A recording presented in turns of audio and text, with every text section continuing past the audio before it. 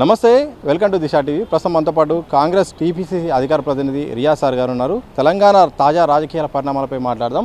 మీరు graduate MLC సంబంధించిన ప్రచారానికి వెళ్ళి అక్కడ పరిస్థితులను చూశారు. కానీ కాంగ్రెస్కు వ్యతిరేకంగా సొంత పార్టీ వాళ్ళే ఓటేశారు. అలాగే ఒక బీఆర్ఎస్ ప్రాపగండా పనిచేసిందంటే బయట చర్చ నడుస్తుంది. మీరు చూసింది ఏంటి, జరిగిందేంటి? వాస్తవంగా మీరు అనుకున్నట్టుగా అది సాధారణ ఎన్నిక కాదు, అది ఎమ్మెల్సీ ఎన్నిక, గ్రాడ్యుయేట్ ఎమ్మెల్సీ ఎన్నిక. అంటే తన జీవితంలో 15 సంవత్సరాలు గ్రాడ్యుయేషన్ చేసి 3 సంవత్సరాల విరామం తర్వాత ఓటు హక్కును పొందే అవకాశం ఉన్న ఎన్నిక. కాబట్టి గ్రాడ్యుయేట్స్ ఎవరో ప్రభావితం చేస్తే, ఏదో ప్రభావాన్ని చూపితే ప్రభావితం అయ్యే వాళ్ళు కాదు, సొంత ఆలోచన శక్తి ఉన్న బుద్ధిజీవులు. సహజంగానే గ్రాడ్యుయేట్స్కి అనుకూలమైన అభిప్రాయం కాంగ్రెస్ వైపు ఎందుకు ఉంటుందంటే, కాంగ్రెస్ పబ్లిక్ సెక్టర్ని సపోర్ట్ చేస్తున్నది. నిజానికి ఇదే గ్రాడ్యుయేట్స్ ప్రజాభిప్రాయాన్ని ప్రభావితం చేశారు కాబట్టే మేము అసెంబ్లీ ఎన్నికల్లో ఘన విజయం సాధించినాం, అలాగే పార్లమెంట్ ఎన్నికల్లో కూడా మంచి విజయాన్ని సాధించబోతున్నాం, నమోదు చేసుకోబోతున్నాం. కాబట్టి గ్రాడ్యుయేట్స్కి సంబంధించిన అభిప్రాయాలే కాంగ్రెస్ అభిప్రాయాలుగా ఉన్నాయి. కాబట్టి తీర్మార్ మల్లన్న గారు కాంగ్రెస్ పార్టీ అభ్యర్థిగా పోటీ చేస్తున్నారు కాబట్టి అక్కడ మేయర్తో గెలవడానికి అవకాశం ఉందని మేము అభిప్రాయపడుతున్నాం. సో మీరు గ్రాడ్యుయేట్స్ మీ పక్కనే ఉన్నారని చెప్పారు, కానీ ఇంతవరకు ఆ ఎమ్మెల్సీ స్థానం వచ్చిన దగ్గర నుండి బీఆర్ఎస్ వరుసగా గెలుస్తూ వస్తుంది. దానికి ఏం చెప్తారు? Yes, agree. కారణం ఏంటంటే చాలా కాలం నుంచి తెలంగాణ ఉద్యమాన్ని లీడ్ చేసింది బుద్ధిజీవులే.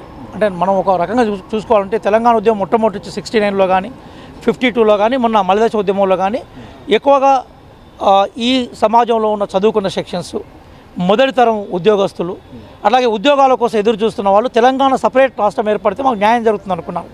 ఎందుకోసం అంటే తెలంగాణ ఉద్యమం అంటేనే ఒప్పందాల ఉల్లంఘనకు విరుద్ధంగా ఆంధ్ర ప్రభుత్వం వివరించింది.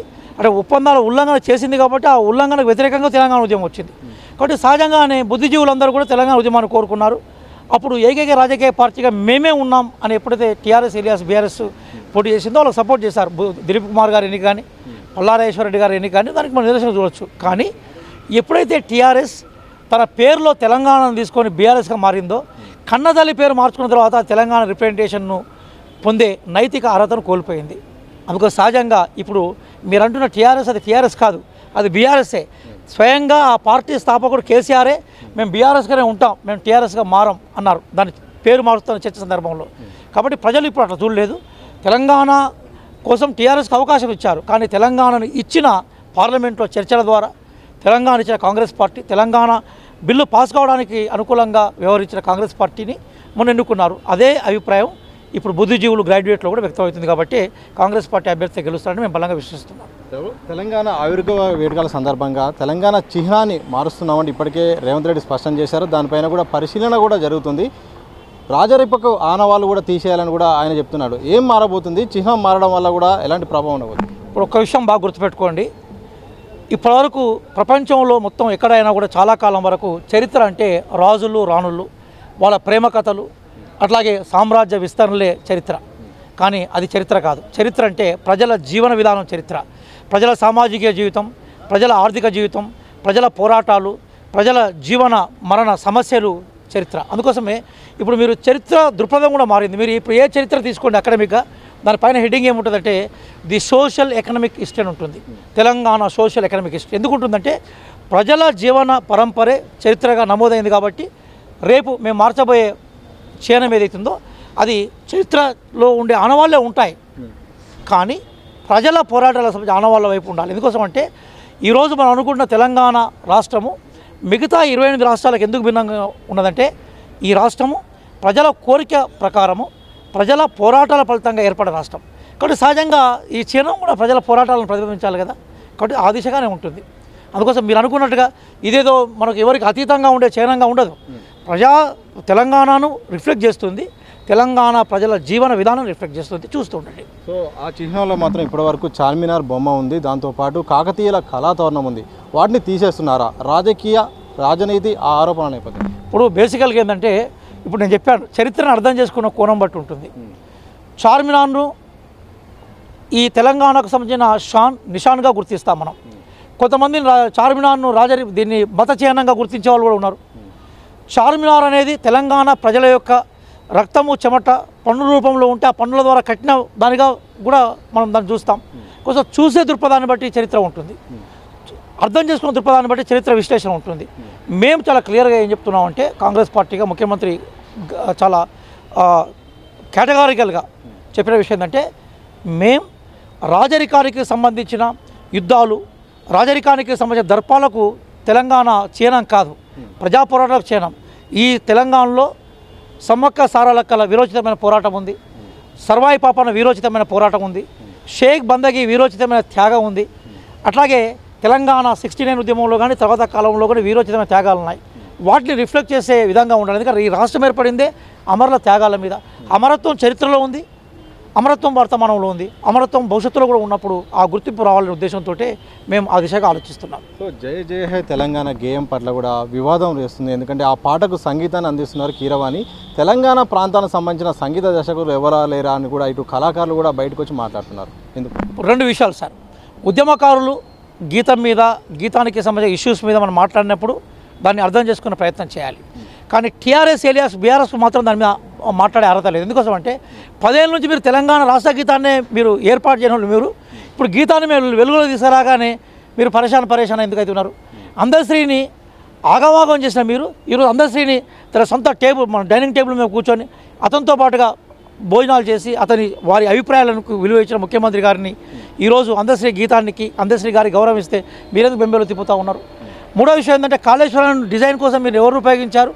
ముఖ్యమంత్రి కేసీఆర్ గారు ఉన్నప్పుడు మీ కుర్చీలనే మీరు ఆంధ్ర ప్రాంతానికి సంబంధించిన చిన్నజీఆర్ స్వామి గారిని తీసుకొచ్చి కూర్చునే పెడతారు. ఆయన కూర్చున్నాకనే, ఆయన లేచినాకనే మీరు కూర్చుంటారు. ఇట్లా మాట్లాడాలని కూడా మేము చాలా మాట్లాడగలుగుతూ ఉంటాం. కాబట్టి తెలంగాణ రాష్ట్ర సమితిని మీరు భారత రాష్ట్ర సమితిగా మార్చుకున్నప్పుడే మీరు తెలంగాణ నుంచి మాట్లాడే అర్హత కోల్పోయినారు. విషయం ఏంటంటే తెలంగాణ ఉద్యమకారులు కూడా గుర్తుపెట్టుకోవాల్సిన విషయం ఏంటంటే, సరే వాళ్ళు చెప్పే అభిప్రాయాన్ని మేము విస్మరించట్లేదు, గౌరవిస్తున్నాం. కానీ అదే సందర్భంలో గుర్తుపెట్టుకోవాల్సింది ఏంటంటే, మనం ఈ తెలంగాణ రాష్ట్ర గీతం యొక్క ఓనమాలు, దానికి మనకు పదపొందిక, ఇవన్నీ కూడా అందశ్రీ గారే చేశారు కదా. కాబట్టి వారి మాటకు కూడా విలువ లేదనే ఉద్దేశంతో మేము బేసిక్గా సంగీత దర్శకుడు ఎవరు ఉండాలనే విషయంలో ప్రభుత్వం కానీ ముఖ్యమంత్రి గారు ఎక్కడ జోక్యం చేసుకోలేదు. ఇది గౌరవ ముఖ్యమంత్రి గారే స్వయంగా ప్రకటన చేశారు కదా. కాబట్టి వారి అభిప్రాయం ఉంది. అదే కోణంలో తెలంగాణకు సంబంధించి అనేక మందిని కూడా మేము చేస్తూ ఉన్నాం. అందశ్రీ గారు మొట్టమొదటిసారిగా నాకు ఒకసారి బుక్ ఎగ్జిబిషన్ దగ్గర కనిపించినప్పుడు నేను మిత్రులు అయోధ్య రెడ్డి గారు కలిసి వాళ్ళతో ఫోటో దిగి ఆ విషయాన్ని మేము ముఖ్యమంత్రి గారు తీసుకుపోయినప్పుడు వారు అందశ్రీ గారి పట్ల అపారమైన గౌరవం, ప్రేమతో ఉన్నారు. కాబట్టి ఒక సామాన్యుడు అసామాన్యమైన గీతాన్ని రాస్తే రాష్ట్ర ప్రభుత్వం గుర్తించింది. ఇప్పుడు మనం చర్చంతా కూడా రాష్ట్ర ప్రభుత్వం గీతం ఎంత అద్భుతంగా దాన్ని వెలుగులో తీసుకొచ్చింది, అందశ్రీ గారిని ఎట్లా గౌరవించింది, వారు రాష్ట్ర పాటను రాష్ట్ర గీతంగా ఎట్లా చేసిందన్న విషయాన్ని మనం తీసుకోవాలి తప్ప చిన్న వెనుక ఏదో ప్లేబ్యాక్ అట్లాంటి వాటి మీద ఫోకస్ చేయాల్సిన అవసరం లేదు. ఇది దృష్టిని మరలించడం తప్ప మరేం లేదని మేము అనుకుంటున్నాం. మేము బహుశా ఆస్కార్ అవార్డు వచ్చిన వ్యక్తి కాబట్టి అందశ్రీ గారు వారు కోరుకునే అవకాశం ఉంటుంది. వారితో పాటుగా మిగతా వాళ్ళు కూడా కన్సల్ట్ చేస్తారు. కాబట్టి అదే ఇష్యూగా చేయొద్దు. దానికన్నా ముందుగాల రాష్ట్ర గీతాన్ని ప్రకటించడమే గొప్ప మార్పుగా మనం చూడాలి. సో రాష్ట్ర ఆవిర్భావ వేడుకలకు సోనియా గాంధీ వస్తున్నారా? సీఎం రేవంత్ రెడ్డి అయితే ఢిల్లీకి వెళ్ళి ఆమెను పిలిచారు, దానికి సానుకూలంగా స్పందించారని కూడా చెప్పారు. మరోవైపు ప్రతిపక్షాలు మాత్రం ఒక ప్రభుత్వ ఆధ్వర్యంలో చేసే కార్యక్రమానికి సోనియా గాంధీని ఎట్లా ఆహ్వానిస్తారని ఇటు బీజేపీ, బీఆర్ఎస్ అంటుంది. ఒక అంశం మిమ్మల్ని అడుగుతాను నేను. సోనియా గాంధీ గారి ప్రమేయం లేకుండా కాంగ్రెస్ పార్టీ కాదు, మిగతా జాతీయ పార్టీల ప్రమేయం లేకుండా తెలంగాణ రాష్ట్రం ఏర్పడిందా? చాలా సూటి ప్రశ్న. పార్లమెంట్లో బిల్ పెట్టాలంటే అప్పుడు టీఆర్ఎస్ సభ్యుల సంఖ్యతో మీరు నాకు చెప్తే నేను కూడా సంతోషపడతాను. ఇద్దరే కదా, విజయశాంతి గారు, కేసీఆర్ గారు. ఆ బిల్లు పెట్టే సందర్భంలో అసలు కేసీఆర్ గారు సభలనే లేరు, లోక్సభలోనే లేరు. ఆయన మొత్తం అనేక పార్టీలు, ఏ పార్టీలు, భారతీయ జనతా పార్టీ ఉంది అందులో, దాంతోపాటుగా రాష్ట్రీయ లోక్దళ్ పార్టీ ఉంది, అప్పుడు నేను దానికి రాష్ట్ర అధ్యక్షుడిగా పనిచేస్తూ ఉన్నాను. లాలూ ప్రసాద్ యాదవ్ గారి పార్టీ ఉంది, అనేక పార్టీలు సపోర్ట్ చేశాయి. బీఎస్పీ ఉంది, అనేక పార్టీలు సపోర్ట్ చేయడం వల్ల తెలంగాణ ఏర్పడింది. జరగాల్సింది ఏంటంటే తెలంగాణ రాష్ట్రం ఆవిర్భవించిన వెంటనే కేసీఆర్ గారికి ఏమాత్రం కూడా కృతజ్ఞత ఉంటే జాతీయ పార్టీలు ఏవేవైతే పార్లమెంట్లో మనం సపోర్ట్ చేశాయో వాళ్ళందరూ తీసుకొచ్చి కనీసం షాల్వా కప్పే ఒక జ్ఞాపికా పీఠాన్ని ఇవ్వాల్సి ఉండే.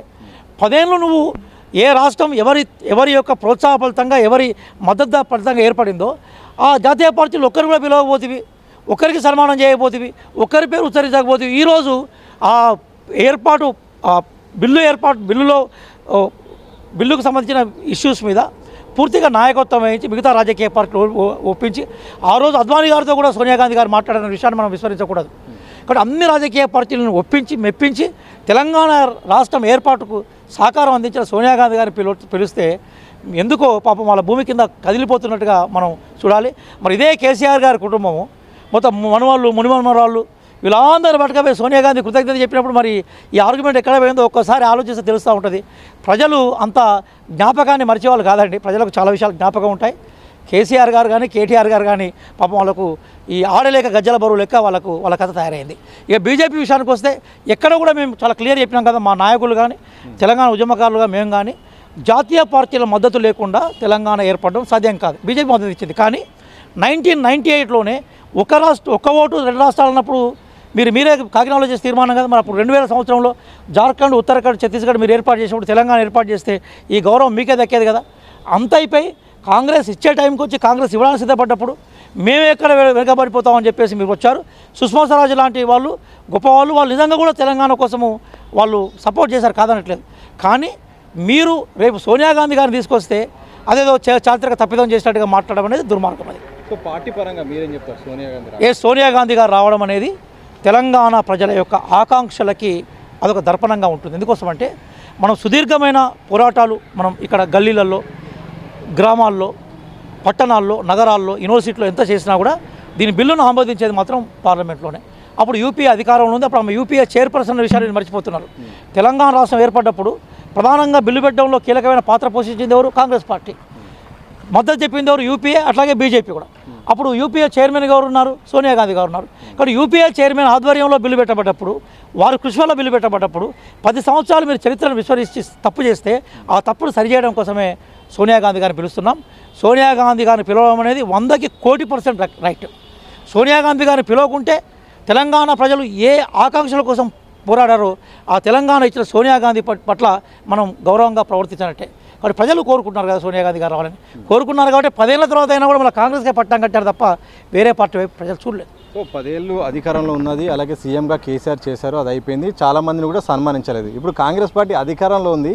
సో సోనియా గాంధీని కూడా పిలుస్తున్నారు. 10 ఏళ్ళు సీఎంగా ఉన్న కేసీఆర్ను, అలాగే ఉద్యమంలో కీలక పాత్ర వహించిన కేసీఆర్ను కాంగ్రెస్ పార్టీ కానీ కాంగ్రెస్ సర్కార్ కానీ ఆహ్వానిస్తున్నారు. ఒక్కటే మాట అంటున్నాను, బహుశా వాళ్ళు టీఆర్ఎస్గా ఉంటే మేము ఆలోచించే వాళ్ళమేమో. వాళ్ళే తెలంగాణ అస్తిత్వం వద్దనుకుంటున్నారు కదండి సతీష్ గారు. వాళ్ళు తెలంగాణ అస్తిత్వం వద్దనుకుంటున్నారు. మా పార్టీ టీఆర్ఎస్ కాదు, మా పార్టీ బీఆర్ఎస్ అన్నారు. ఆ పార్టీలో చాలామంది కూడా లేదైతే మనం తెలంగాణ పేరు పెట్టుకోవాలంటే వద్దని వాళ్ళ పార్టీ నాయకుడు అన్నాడు. ఆయనే తెలంగాణ అస్తిత్వాన్ని కోరుకున్నప్పుడు మనము పట్టి భాషికం కడితే గోడ సాటుకుపోయి ఇప్పేసుకుంటూ ఉంటుంది. కాబట్టి కేసీఆర్ గారికి భాషికం బలవంతం కట్టి రమ్మన్నా కూడా ఆయన అరుడు కాదు. ఎందుకోసం అంటే ఆయనే భాషంగా నిప్పుకొని నేను బీఆర్ఎస్ అని పెట్టుకున్నప్పుడు అర్హతను ఆయన కోల్పోయినాడు. కాబట్టి ఆయన గురించి ఆలోచించాల్సిన అవసరం మనకేం లేదు. మీరు బీఆర్ఎస్కి మార్చింది అంటున్నారు. వాళ్ళు మాత్రం 3 రోజుల పాటు ఈ ఆవిర్భావ ఉత్సవాలు జరుపుకుంటుంది. కాంగ్రెస్ ప్రభుత్వం మాత్రం ఒకరోజు జరుపుకుంటుంది. ఇప్పుడు నేను అదే అన్నాను కదా సార్, కన్న తల్లి పేరు మార్చిన తర్వాత వాళ్ళ క్రెడిబిలిటీ కోల్పోయిన వాళ్ళు ఉత్సవాలుగా జరుపుకున్నా, డొమ్మరగడ్డలు వేసినా, తాలకాయ కింద కాలు పైకెట్టి ఎగిరినా కూడా ప్రజలు వాళ్ళను తెలంగాణ ప్రతినిధులుగా ప్రజలు గుర్తించే అవకాశం లేదు. ఎందుకు లేదంటే ప్రజలు వాళ్ళకు అవకాశం ఇచ్చారు. మొట్టమొదటి కేసులు ఎవరి మీద పెట్టారండి? తెలంగాణ ఉద్యమకారుల మీద పెట్టారు. మొట్టమొదటి ఫోన్ ట్యాపింగ్ ఎవరు జరిగింది? తెలంగాణ ఉద్యమకారుల మీద జరిగింది. మొట్టమొదటిసారిగా వాళ్ళు ఎవరిని అవమానపరిచారు? తెలంగాణ బిల్లుని పార్లమెంట్లో ఎవరు ఓటేసి సపోర్ట్ చేశారో వాళ్ళే అవమానపరిచారు కదా. వాళ్ళ కనీస కృతజ్ఞత కూడా చెప్పలేదు. వాళ్ళు తెలంగాణ రాష్ట్రానికి పిలవలేదు. అంటే మొత్తం తెలంగాణ రాష్ట్రం ఏర్పడమే మీకు ఇష్టం లేదు. ఒకవేళ తెలంగాణ రాష్ట్రం ఏర్పడ్డా కూడా తెలంగాణ ఉద్యమకారుల పేరు మీద ఏర్పడడం చెప్పుకోవడానికి మీకు ఇష్టం లేదు. మీరు, మీ కుటుంబము, కేసీఆర్ గారు మాత్రమే తీసుకొచ్చారని చెప్పారు. కాబట్టి ప్రజలు దాన్ని తిరస్కరించారు. ఇది ప్రజా ఉద్యమంగా గౌరవించారు. కాబట్టి ప్రజా ఉద్యమాన్ని అప్పుడు యూపీఏ చైర్పర్సన్గా ఉన్న సోనియా గాంధీ గారు గౌరవించారు. కాబట్టి సోనియా గాంధీ గారి పట్ల మాకు అవిభాజ్యమైన ప్రేమ ఉంది, వారి పట్ల గౌరవం ఉంది. అందుకోసమే సోనియా గాంధీ గారు రాకను తెలంగాణ ప్రజలు ఆస్వాదించి ఎదురు చూస్తున్నారు. చివరిగా చెప్పండి, అమరుల కుటుంబాల సాయంపై కూడా ఇప్పుడు చర్చ జరుగుతుంది. ఎందుకంటే గతంలో మీ పార్టీనే బీఆర్ఎస్ను వ్యతిరేకించింది. 1200 మంది ఉంటే కేవలం 450 మందికే ఇచ్చింది. ఇంకా 650 మందికి ఇవ్వాల్సి వచ్చింది. 100 రోజుల్లోపే అమరుల కుటుంబానికి సాయం చేస్తున్న మీ ఒక హామీ ఏమైంది? దానిపై ఎప్పుడు నిర్వహిస్తారు? దాని పట్ల మీ చిత్తశుద్ధి? గొప్ప ప్రశ్న అడగాలండి. ఇది అవసరం కూడా. ఎందుకోసం అంటే మేము చాలా స్పష్టంగా నేను మేనిఫెస్టో కమిటీలో ఉన్నాం. అందులో అమరవీరుల కుటుంబాలకు సంబంధించి ఒక పారాగ్రాఫ్ పెట్టాం. మేము ఇప్పుడు మొట్టమొదటిసారిగా అమరవీరులను ఎట్లా ఐడెంటిఫై చేయాలి, వాళ్ళ కుటుంబాలకు సంబంధించిన అంతకుముందున్న సర్వేస్ ఏంటి అనే దాని మీద మేము ఒక సెర్చ్ కమిటీ వేయబోతున్నాం. వాళ్ళు ఐడెంటిఫై చేస్తారు. చేసిన తర్వాత ఎవరైతే విస్మరణకు గురయ్యారో, ఇక్కడ నా కళ్ళ ముంగటనే ఒక పిల్లవాడు, మా వరంగల్ పిల్లవాడు, సుమన్ అనే పిల్లవాడు ఉరికొస్తున్న ట్రైన్కి ఎదురుగా పోయి నిలబడ్డ ట్రైన్ శబ్దానికే మనం గడగడలాడిపోతూ ఉంటాం. కానీ ఉరికొస్తున్న ట్రైన్కి ఎదురుగా నిలబడి జై తెలంగాణ అమరత్వం పొందాడు. అట్లా అనేక చెప్పగలుగుతాను. అమీనా అనే అమ్మాయి ఒంటి మీద కిరోసిన్ వేసి చనిపోగలిగింది. తర్వాత శ్రీకాంతాచారి, యాదయ్య, కొన్ని 100 మంది పేర్లు మనం చెప్పగలుగుతూ ఉంటాం. కాబట్టి విస్మరణకు గురైన వాళ్ళను మేము స్మరిస్తాం, వాళ్ళకు సంబంధించిన వివరాలు సేకరిస్తాం, తప్పనిసరిగా వాళ్ళకి న్యాయం చేస్తాం. ఇది మేము బాజాప్తుగా మేనిఫెస్టోలో పెట్టాం. దీన్ని ఎక్కడో మేనిఫెస్టోలో రాసాం. మేనిఫెస్టోలో తెలంగాణ అమరవీరుల పట్ల మా కర్తవ్యాలు ఏవైతున్నాయో వాటిని నెరవేర్చే ప్రయత్నం చేస్తాం. ఇంతకుముందే మా నాయకులు, మా వర్కింగ్ ప్రెసిడెంట్ మహేష్ గౌడ్ గారు కూడా ఇదే విషయాన్ని నాతో చర్చించారు. మనం చాలా అప్రమత్తంగా ఉండాలి, ఎవరు మిస్ కావద్దు. ఆ అమరవీరులకు సంబంధించిన ఎట్లాంటి డీటెయిల్స్ ఉన్నా కూడా మీరు సేకరించి పెట్టమనే ఒక బాధ్యత తెలంగాణ ఉద్యమకారుడిగా నా మీద వేశారు. ఇంకా చాలామంది వాళ్ళని కూడా అంటున్నాం. మేమందరం కలిసి ఒక టీమ్గా ఏర్పడి ముఖ్యమంత్రి గారు చాలా చిత్తశుద్ధితో ఉన్నారు అమరవీరుల కుటుంబాలకు న్యాయం చేయాలని. ఖచ్చితంగా మా ప్రభుత్వంలో అమరవీరులకు మేమైతే వాళ్ళ కుటుంబాలకు ఏదైతే వాగ్దానం చేస్తామో అవన్నీ నెరవేరుస్తాం మేము. Thank you sir. సో మొత్తంగా పట్టాభద్రుల ఎమ్మెల్సీ ఎన్నికలు మాత్రం ఇటు బీఆర్ఎస్ కానీ ఇటు బీజేపీ కానీ ఎన్ని కుట్రలు పడినా మాత్రం కాంగ్రెస్కు అనుకూలంగా గ్రాడ్యుయేట్లు ఉన్నారని, సో తప్పకుండా అక్కడ ఎమ్మెల్సీ మాదే గెలుస్తుందని చెప్పారు. మరోవైపు సోనియా గాంధీ రాకను ఇటు బీజేపీ బీఆర్ఎస్ వ్యతిరేకించడం తప్పుపెట్టారు. తెలంగాణ ఉద్యమానికి అలాగే తెలంగాణ రాకకు అనుమతినిచ్చి తెలంగాణ రాక కారణమైన సోనియా గాంధీని తప్పకుండా అందరూ ఆహ్వానించాల్సిన అవసరం ఉంది. అమ్మ కూడా వస్తున్నారని కూడా వారు చెప్పిన సందర్భం మాత్రం కనిపిస్తూ ఉంది. మొత్తానికి ఇది రియా సార్ గారు ప్రధానంగా చెప్తుంది. కెమెరా పర్సన్ మసూన్తో సతీష్ దిశా టీవీ, హైదరాబాద్.